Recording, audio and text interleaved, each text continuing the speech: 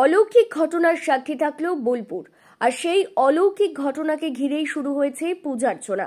এমন ঘটনাটি ঘটেছে বীরভূমের বোলপুরের শিয়ানি শুকবাজারে। সোমবার ঝড় বৃষ্টির দুর্যোগময় বিকেলবেলায় স্বপ্নাদেশ পান এক পড়ুয়া। যে স্বপ্নাদেশে ওই পড়ুয়া দেখতে পান সাদা থানে মা দুর্গার লাল আলতা মাখানো পায়ের ছাপ আর লাল শালুতে জড়ানো দেবীর পদচিহ্ন। এসব রয়েছে শিয়ানের শুকবাজারের আনুমানিক ২৫০ বছরের পুরাতন দুর্গা মন্দিরে। স্বপ্নাদেশ পাওয়ার পর ঝড় বৃষ্টি থামতেই দুর্গা মন্দিরে এসে দেখতে পান রাজদীপ মণ্ডল নামে ওই পড়ুয়া যা যা স্বপ্নাদেশে দেখতে পেয়েছিল সব হুবহু মিলে গিয়েছে।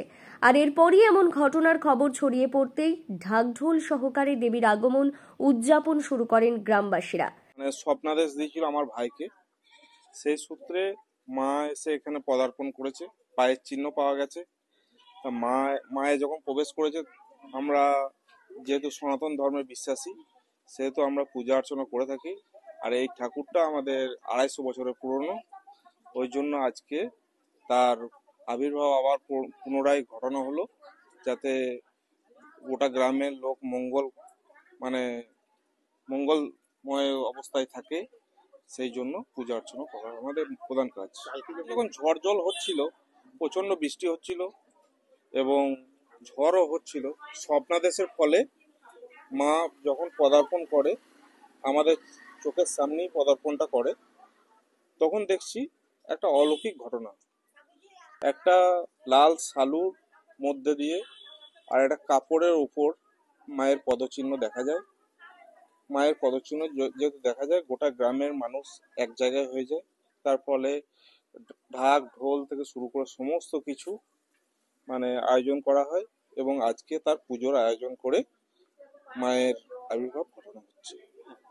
সেই কাপড় আমাদের যেখানে ঘট ভর্তি হয় বা বিসর্জন হয়, সেখানে সেই পুকুরে আমরা বিসর্জন দিয়েছি পদচিহ্নটা।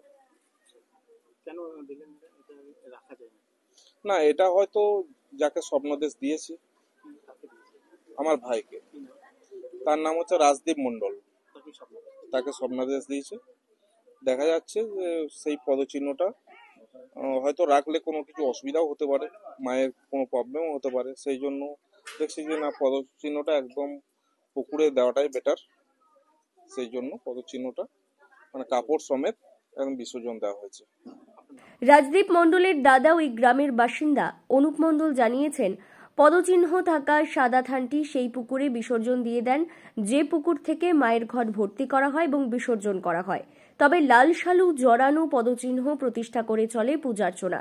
জানা যাচ্ছে, যেখানে এমন ঘটনা ঘটেছে সেই মন্দিরে গ্রামবাসীরা নিষ্ঠার সঙ্গে প্রতি বছর পুজো করে আসেন। তবে আগে কোনোদিন এমন ঘটনা ঘটতে দেখা যায়নি। এবার এই ঘটনায় গ্রামবাসীরা যেমন অবাক, ঠিক সেই রকমই মায়ের এমন আগমনী সকলের মঙ্গলার্থে পূজোর্চনা শুরু হয়েছে। মা দুর্গার একটা পদচিহ্ন, একটা থান কাপড়ের উপরে মা দুর্গা পদচিহ্ন রেখে গেছেন এবং সেখানেই মা বিরাজ করছেন। তারই মূর্তিটি আমরা সচক্ষে সবাই দেখেছি এবং এখনো পর্যন্ত সেটাই আমরা দেখছি। আমাদের বিশ্বাস মা এখানে বিরাজ করছেন, ঠিক আছে। আর আমাদের আর একটা মূল বিষয় হচ্ছে, এখানে রাজদীপ মণ্ডল ওনাকে একটি বাচ্চা ছেলেও বলা যাবে না, উচ্চ মাধ্যমিক পরীক্ষায় পাশ করেছে। এবার তাকে মা স্বপ্নাদেশ দিয়েছিলেন যে আমি এখানে আসব ঠিক সময় মতো। তার সেই স্বপ্নাদেশেই মা হয়তো এখানে এসছেন, আমাদের সেটাই সকলেরই ধারণা। মা আমাদের এখানে বিরাজ করছেন, এটাই আমাদের বিশ্বাস। আমরা সেই বিশ্বাসই আজকে সবাই এখানে এসছি।